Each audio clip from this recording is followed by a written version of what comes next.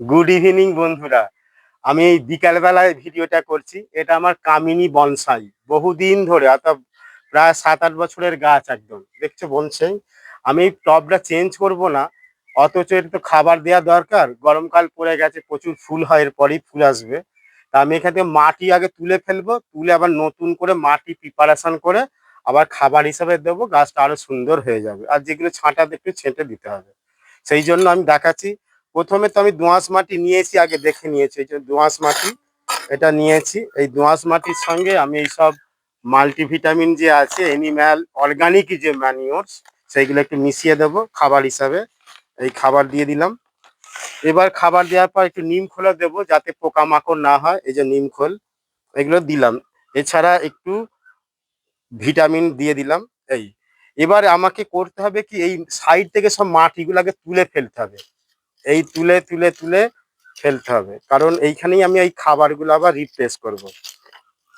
কারণ এই টবটা পুরো চেঞ্জ করার দরকার হবে না, পুরো ট্রান্সফার করব না। এই ঘুরিয়ে ঘুরিয়ে সব তুলে দেবো, অথচ গাছটাকে খাবার হিসাবে দেওয়ার জন্য এগুলো করতে হবে। এই মাটিগুলো কিন্তু আমি এর সঙ্গে মিশিয়ে দিতে পারি, নষ্ট করে না করে। এই মাটিগুলো আবার সারের সঙ্গে মিশিয়ে দিলাম, দিয়ে এইগুলোকেই আবার খাবার হিসাবে দেব। এই দেখছো সব। এছাড়া যে সমস্ত সাইডে যে রুট গুলো আছে, রুট গুলো কেটে দিচ্ছি, কারণ অনেক রুট হয়ে গেছে। এই রুট গুলোকে, এই যে দেখছো রুট গুলো সব কত তুললাম, এই রুট গুলো সাইড থেকে ফেলে দেবো। মনে হবে যে এত রুট কেটে দিচ্ছি, গাছটা তো বাঁচবে তো, কিন্তু তা নয়। রুট গুলো যত খেতে ফেলে দেওয়া হবে, তত আবার নতুন করে রুট গজাবে এবং প্রচুর ফুলও হবে।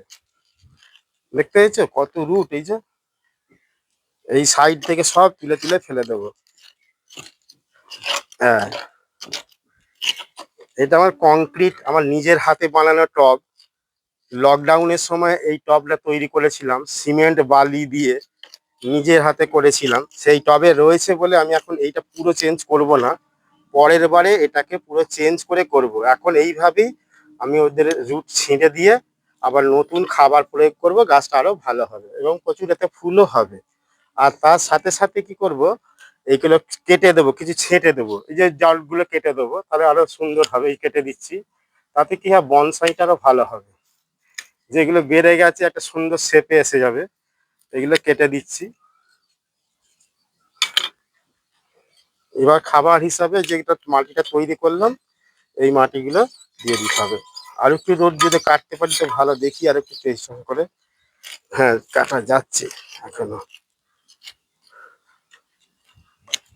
হ্যাঁ, ঠিক আছে। এইগুলো করলাম, করে নিয়ে এই রুট যত পারলাম কেটে দিলাম। দেখো টব পুরো ফাঁকা করে দিয়েছি। এবার এই যে মাটিটা নিয়েছিলাম, এইসব নিম খোল, এইখানে এনিম্যাল ম্যানিওর সমস্ত দিয়ে দিলাম।